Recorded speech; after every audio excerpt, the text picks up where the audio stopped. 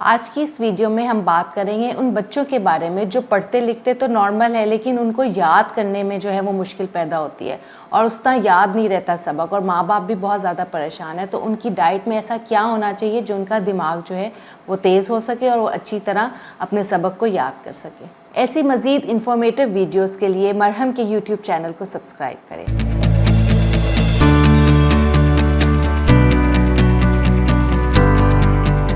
अस्सलाम वालेकुम एवरीवन। आज की इस वीडियो में हम बात करेंगे उन बच्चों के बारे में जो पढ़ाई लिखाई में तो नॉर्मल जा रहे हैं, लेकिन जब सबक याद करने का टाइम आता है तो वो उसका परफॉर्मेंस नहीं दे पाते और अपने क्लासमेट से पीछे रह जाते हैं सबक सुनाने में, उसको याद करने में। तो पेरेंट्स का भी एक बहुत बड़ा ही कंसर्न होता है कि डाइट के अंदर ऐसा क्या जो है वो शामिल किया जाए ताकि इनका दिमाग भी तेज़ रहे और ये अपनी ज़हनी नशोनुमा में आगे बढ़ सके। जिस तरह हमारे बच्चों की जिस्मानी नशोनुमा जो है वो बहुत ज़्यादा इंपॉर्टेंट होती है, इसी तरह हमारे बच्चों की मेंटल हेल्थ यानी कि ज़हनी नशोनुमा भी एक बहुत अहम किरदार अदा करती है उनकी ग्रोथ और डेवलपमेंट में।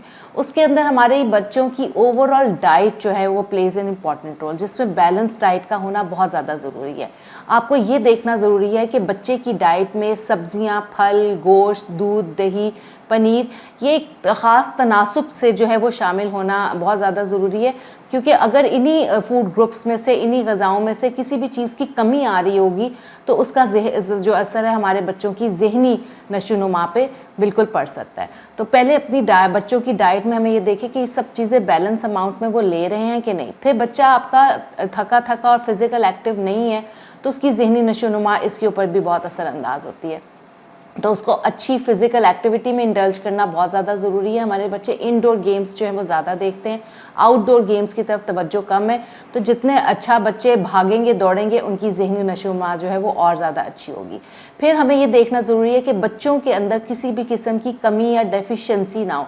जैसे बच्चों में अगर आयरन की कमी होगी या बच्चों के अंदर थायराइड डेफिशिएंसी होगी तो बच्चों की ज़हनी नशोनुमा जो है वो मुतासिर हो सकती है।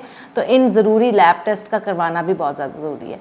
अब हम डाइट के ऊपर आएंगे। डाइट के अंदर ऐसी क्या चीज़ें होनी चाहिए जो हमारे बच्चों की ज़हनी नशोनुमा पे एक मुस्बत असर डालती हैं। उसके अंदर हमारे जो है ओमेगा 3 फैटी एसिड्स का बड़ा इंपॉर्टेंट रोल आ रहा है। ओमेगा 3 फैटी एसिड्स हमें बहुत सारे मेवा जात में बादाम, अखरोट, किशमिश और जो है हमें मछली में बहुत अच्छी वाफिर मिकदार में मिलता है। तो बच्चों की डाइट में इन सबको एक तनासुब के साथ शामिल करना बहुत ज़्यादा ज़रूरी है।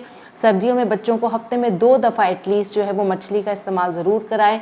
उसमें डिफरेंट किस्म की तरकीब हमें मिल सकती है, रेसिपीज़ है। बच्चों को मछली के कबाब भी दिए जा सकते हैं, ग्रिल करके मछली दी जा सकती है, चावलों में मछली दी जा सकती है।